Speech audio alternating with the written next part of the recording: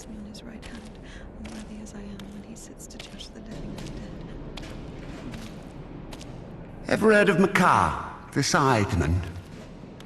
There was a lot about him in the papers, but only after he was hanged. 7 kids lost their heads because of his side. What? Well, he chopped them off. Are you comparing him to me? Well, no. No, I think Makar is something of a saint. Listen, let me tell you. Makar had 3 kids, all of them boys. One day, he dropped something on his youngest, a wagon or a wardrobe or something. It was so bad that the poor boy stopped feeling his legs.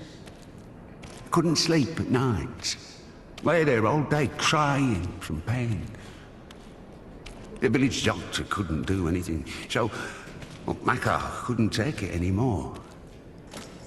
He went to the priest and said, "Bless me, Father, to end the child's suffering." Well, the priest didn't bless him, of course. He sent him home to pray and think about the salvation of his soul. Makar prayed for a week, but the son wouldn't stop screaming. So Makar snapped, took the cover off his side, said a prayer, and ended the suffering with a single sweep. He went back to the priest and said, "It's done, Father. I don't have a soul anymore. And I lost my right to think about salvation back when I dropped that wardrobe on my son." Or was it a wagon? I don't remember. "So, my soul is done. Better tell me where he is now, in hell or in heaven."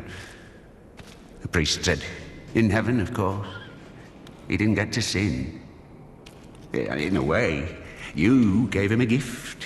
Sent him straight to the kingdom of heaven without any earthly suffering." Well, this thought got stuck in Makar's head.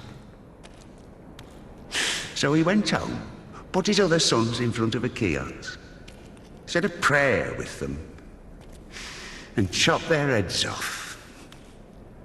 Well, after that, he went completely insane and started hunting down his neighbours' kids.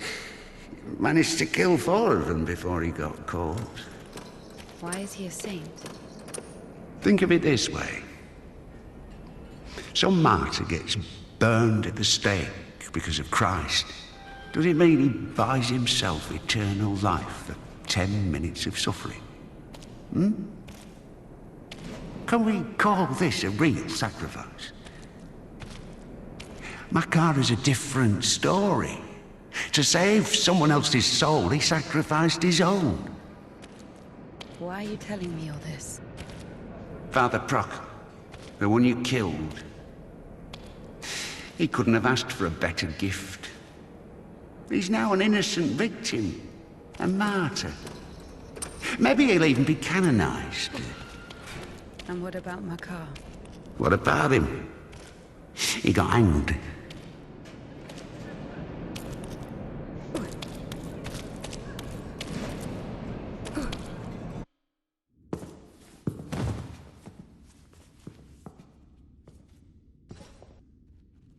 And what will happen to me? You'll get hanged, I guess. Listen, what's your name? It doesn't matter. Need something? Doesn't matter indeed. Listen, we didn't kill Father Buckle. Let me go. Don't take your conscience with sin. I'll repay you. And what exactly can you repay me with? Well, what do you want? What do I want? Come closer. Come on. Turn around. What? Turn around. Up, up. Come on.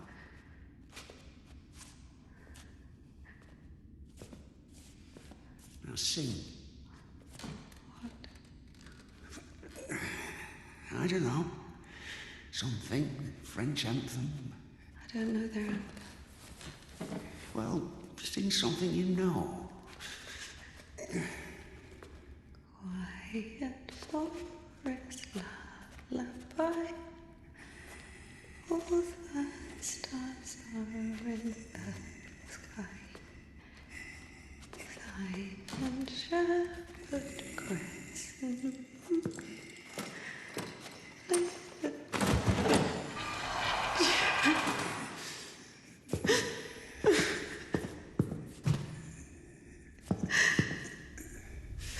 Oh, come on. Come on, silly. Don't be afraid. I'm not scared.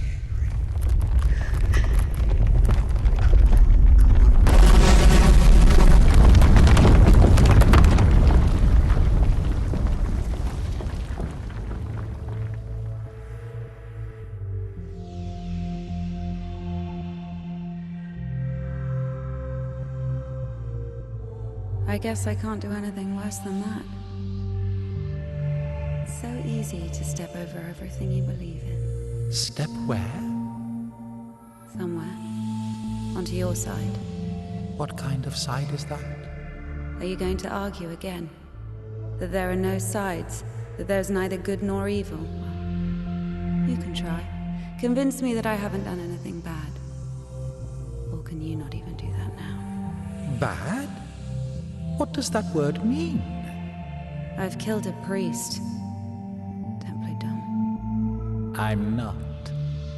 But still, what exactly does that word mean? Bad. Sinful. Of the devil.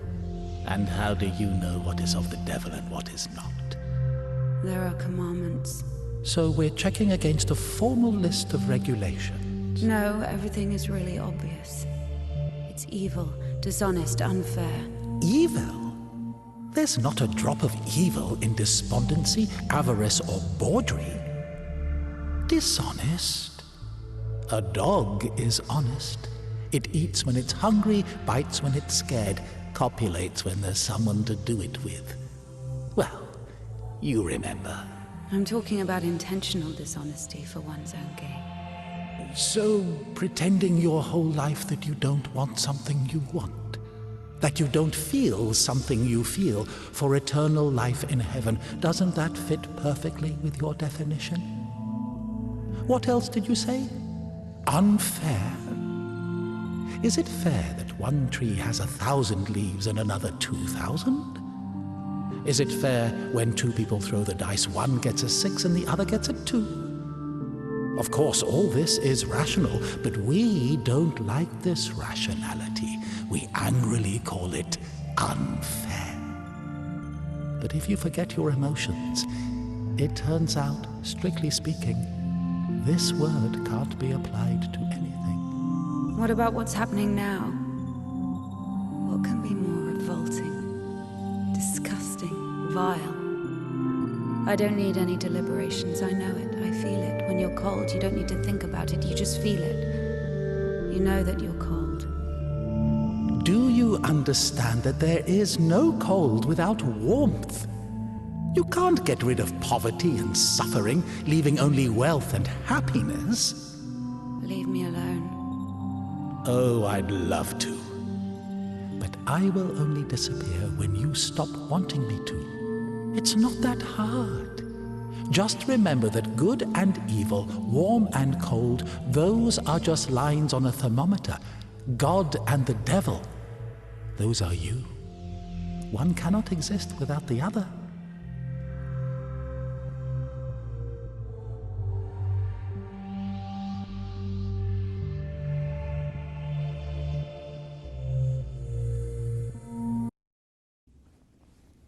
Can I go now? Well, my dear, after this, let's say, complete exposure, no, you can't. I tell you what, fear not earthly justice, but that of heaven.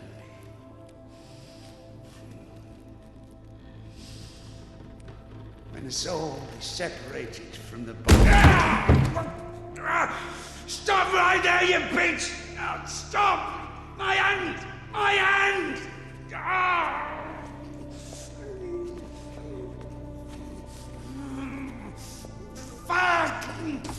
Stop! Stop out there, you bitch!